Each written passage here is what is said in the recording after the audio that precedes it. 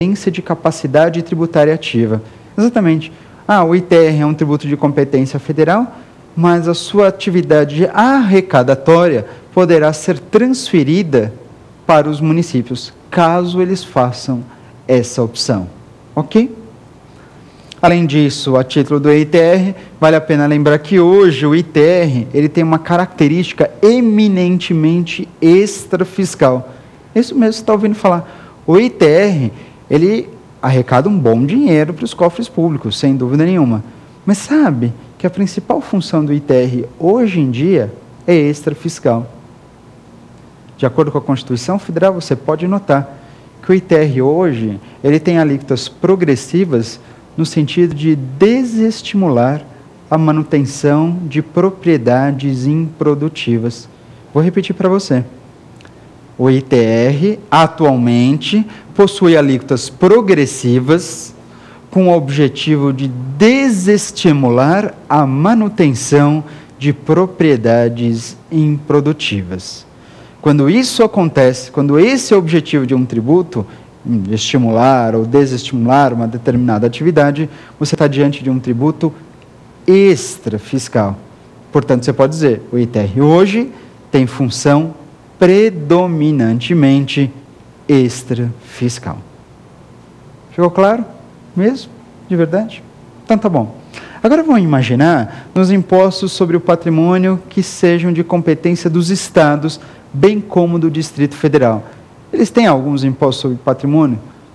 Os estados, o Distrito Federal? Tem, sem dúvida nenhuma. Bom, eu poderia pensar num primeiro momento no IPVA, talvez um dos impostos mais famosos dos estados. Tudo bem? Beleza. O IPVA, Imposto sobre Propriedade de Veículo Automotor. Sabe o que é interessante falar a respeito do IPVA? É o seguinte, você pensa, o IPVA, se eu tenho um carro, eu estou sujeito ao pagamento do imposto, não é isso? Sem dúvida nenhuma. IPVA, você tem um veículo? Tenho, está sujeito ao pagamento do imposto. Mas se você tiver uma moto, e aí? Você paga o IPVA também? Você vai dizer, bom, pago. Pago por quê? Porque ele está dentro da hipótese de incidência descrita pela legislação. É o imposto sobre a propriedade de veículo automotor. Pensa bem, uma moto é um veículo e é movido a motor. Portanto, naturalmente, sujeito ao pagamento do IPVA. Certo? Ok. Agora, imagina o seguinte. Você já tentou supor se incide o IPVA a partir do momento que você tem uma pequena embarcação? Não precisa ser um navio, não precisa ser um iate, não. Você pode imaginar um jet ski, por exemplo. Tudo bem? Imagina um jet ski. Tudo bem, talvez você não tenha um jet ski, eu não tenho. Enfim, mas imagina aquelas pessoas que têm um jet ski. Você acha que elas pagam IPVA ou não pagam IPVA? E aí? O que você acha da situação? Imagina um jet ski. A pessoa é proprietária de um jet ski. Não é veículo? É. Não é movido a motor? É. E aí?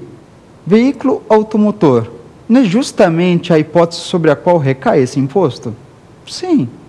Como é que fica? Bom, neste caso, dá a impressão do IPVA. Da mesma forma, se eu dissesse o seguinte para vocês, alguém que possui um helicóptero, uma aeronave, e aí? Está sujeito ao pagamento do IPVA? Nossa, professor, que situação distante. É distante, mas por isso mesmo, talvez seja incomum, né? Você conhecer pessoas que mantêm jet ski, aeronaves, mas justamente por ser incomum, já pensou nisso? Será que proprietários de embarcações e aeronaves estão sujeitos ao pagamento do IPVA ou não? Pensando bem, nos dois casos, você está imaginando proprietários de veículos movidos a motor. Paga ou não paga o IPVA? Vou dizer uma coisa para vocês. Não paga. Não acredito. Não paga o IPVA, garanto. Não paga.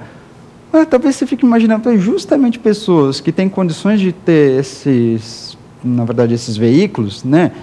Embarcações, aeronaves, pessoas que talvez tivessem naturalmente, né? Tenham condições de pagar o imposto, não pagam o IPVA? Não pagam. E você sabe por que não paga?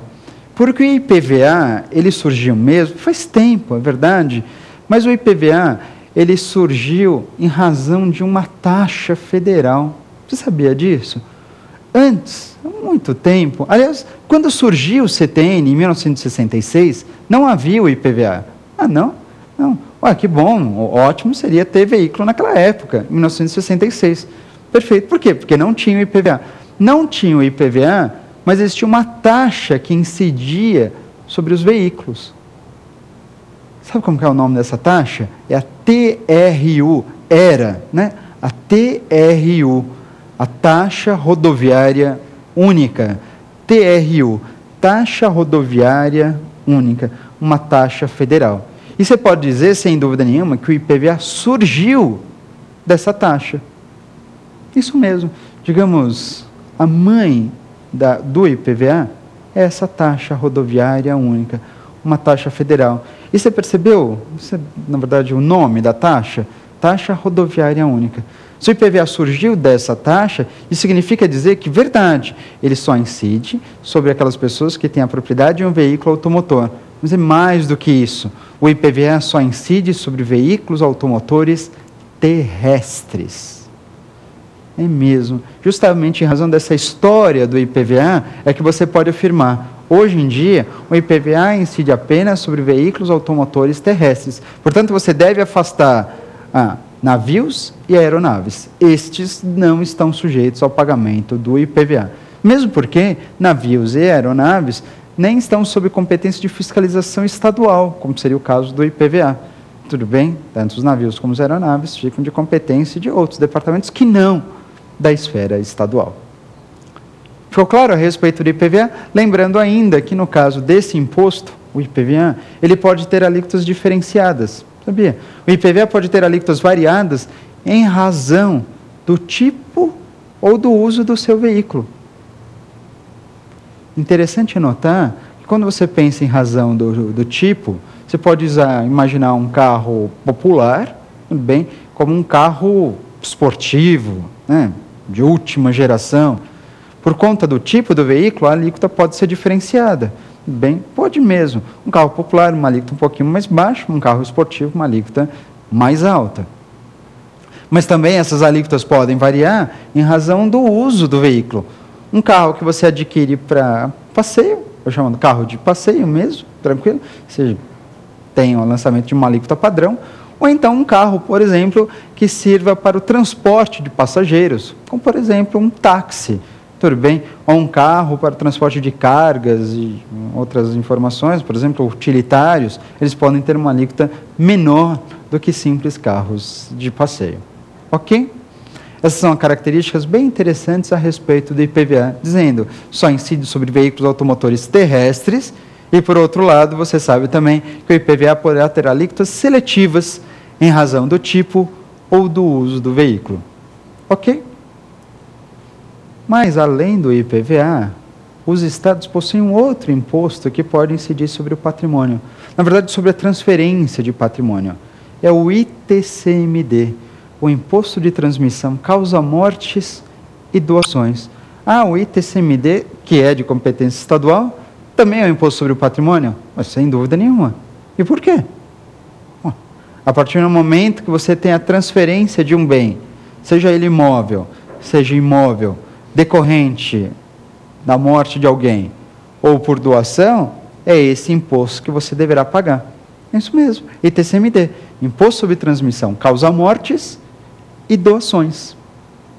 É um imposto de competência estadual que pode recair tanto sobre bens móveis, bem como sobre bens imóveis. Percebe que o ITCMD, ele tem então dois fatos geradores. Os dois representam a mesma situação, transmissão. Mais um, transmissão decorrente do óbito de uma pessoa e outra, transmissão por conta de uma doação. Você percebe, portanto, que uma transmissão se dá em razão da morte. A outra transmissão se dá entre vivos. Mas as duas, de certa forma, a rigor, se dão de forma não onerosa. Certo? Um decorrente da morte de alguém, foi transmitido. E outro pela doação, de certa forma. Você fica muito mais claro quando você tem a doação como um exemplo perfeito de transmissão não onerosa. Mas lembra,